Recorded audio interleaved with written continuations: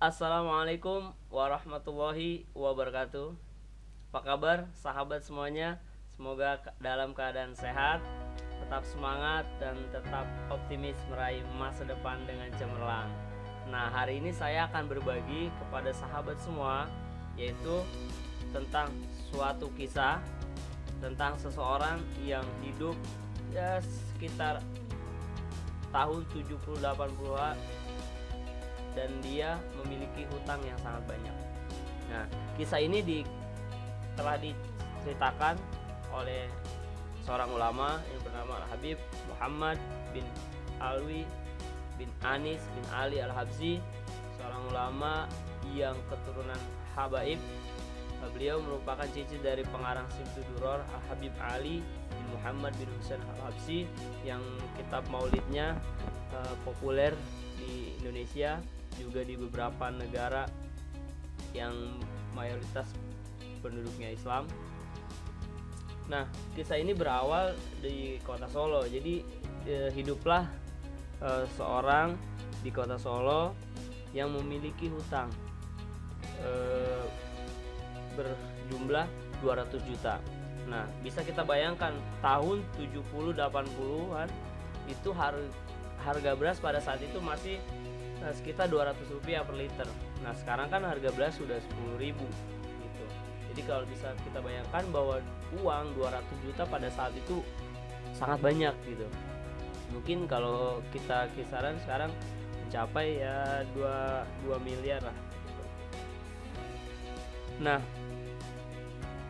Fulan, kita sebut saja Fulan bin Fulan ini merasa gelisah, bingung, pusing, ya kan, berjalan ke sana kemari mencoba mencari solusi, tapi semakin hari semakin bertambah hari, bertambah minggu, bertambah bulan, hutangnya bukan makin lunas, justru semakin banyak.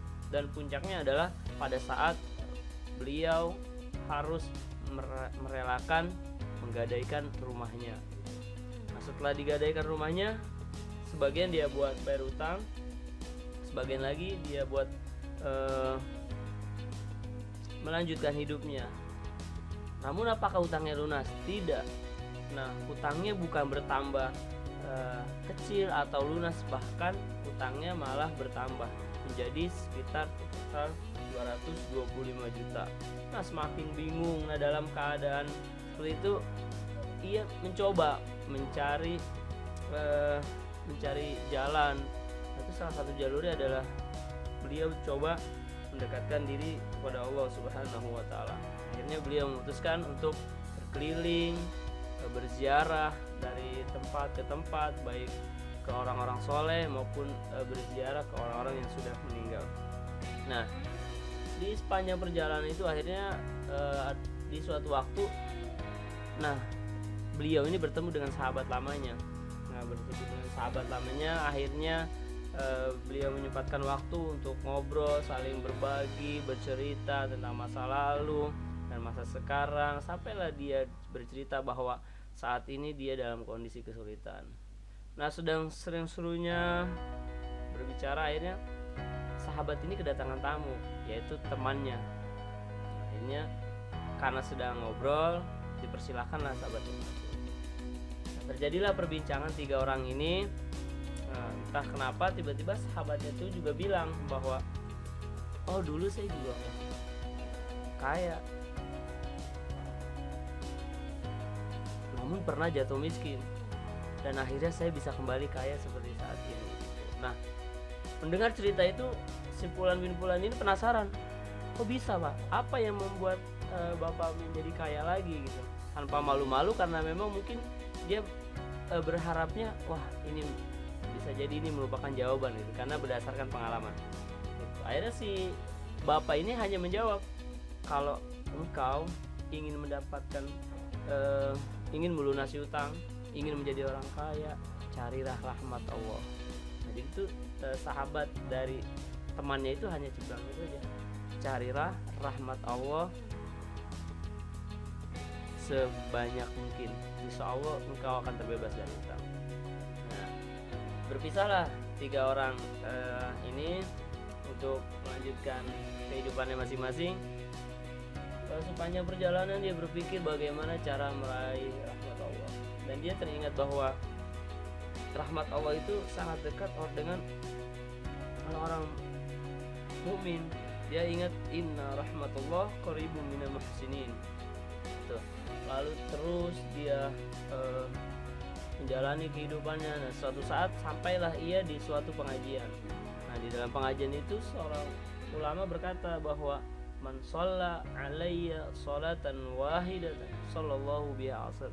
Jadi barang siapa yang membaca selawat kepadaku, kata Nabi Muhammad SAW, maka Allah akan berselawat kepadanya 10 kali lipat. Dan selawat Allah kepada kaum muslimin adalah berupa rahmat.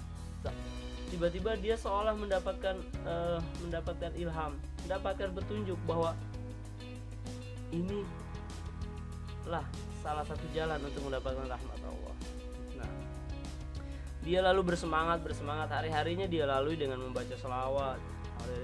Akhirnya hari demi hari, minggu demi minggu, bulan demi bulan, sampai bertahun kemudian ternyata lama-kelamaan dia dapat melunasi hutangnya. Bahkan dia sekarang menjadi orang yang kaya, melebihi kekayaannya pada waktu itu. Nah, kisah itu tidak sampai di sini. Jadi pada saat itu setiap kali ada orang yang bertemu dan bertanya kepada dia, apa yang membuat Bapak menjadi kaya? Apa resep kaya dari yang Bapak sudah praktekkan?